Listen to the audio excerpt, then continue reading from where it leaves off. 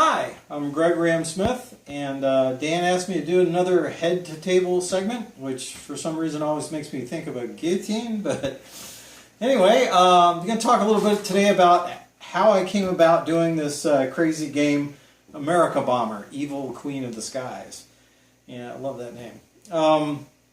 Basically, I was working on a game which should be out later this year called Night Fighter Ace, where you've got 30 different types of BF-109 and Focke-Wulf 190s, and you're going after Amerika B-17 bombers, basically.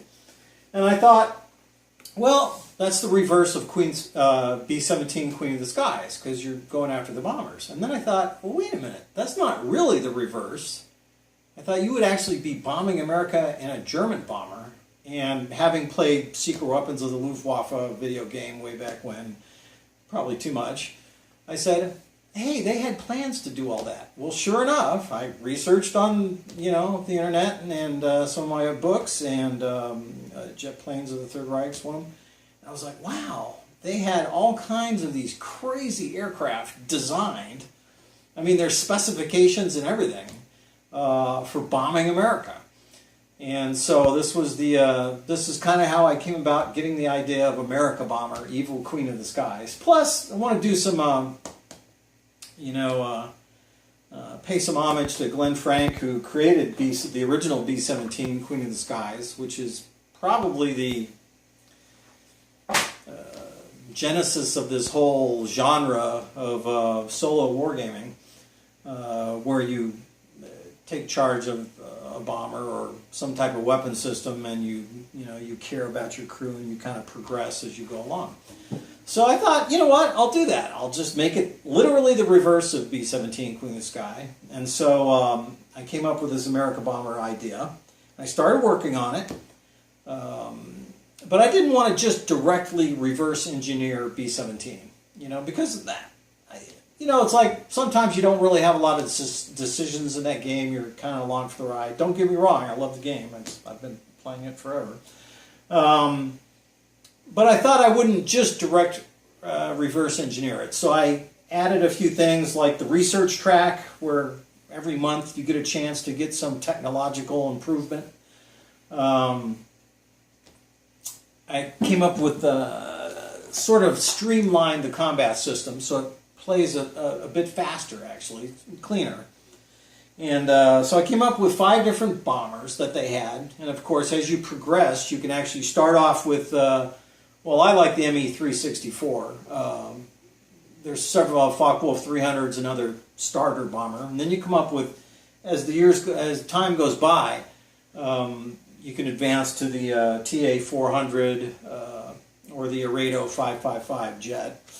So that was kind of wild. And so, of course, they actually had plans to bomb America from the Azores.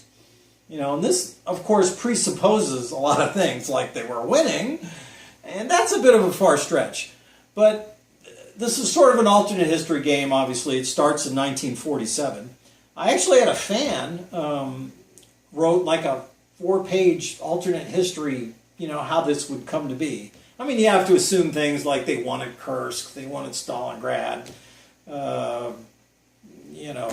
D-Day was repulsed. I mean, all kinds of ridiculous things kind of have to happen in order to make but it's just kind of silly fun. It's alternate history.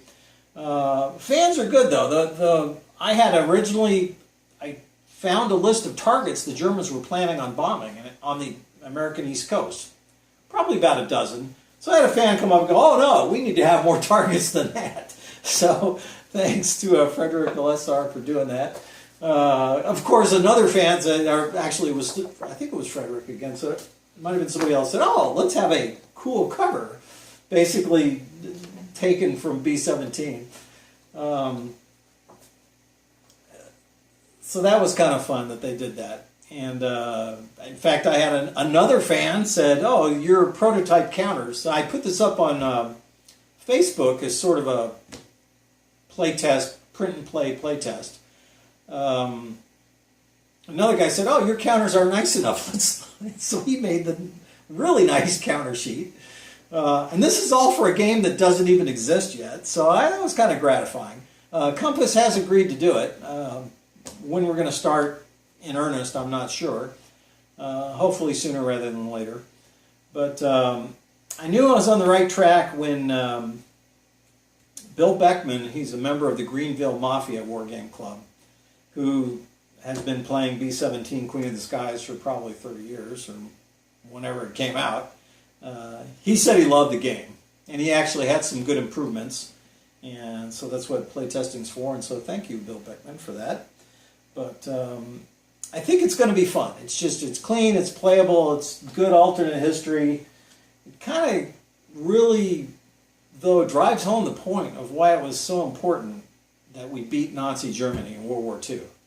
I mean, because at the end of the game, 1948, you're dropping atomic bombs on New York City and Chicago, and so it gets a bit crazy.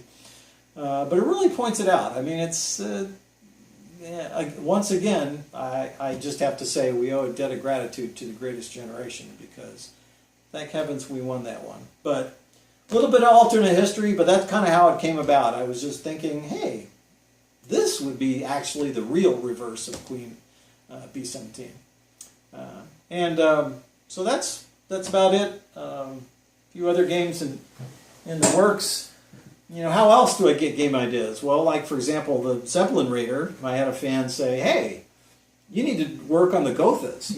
Where's my Gotha game? And I was like, I don't know that much about Gothas. Let me start getting some books, like The First Blitz, German G-type bombers of World War I. And there's just something really pretty about these World War I aircraft. I mean, they're just kind of neat. But these things were sort of the B-17s of World War I. Well, the Zeppelin Staaken giant bomber also. So, am I going to make a game on it? I need another game designed like a hole in the head, but I'm going to probably do this later when I have time. I think it's an interesting topic. But that's kind of how sometimes I get game ideas from fans of previous things I've done. But anyway, that's about it for now. Thanks for watching.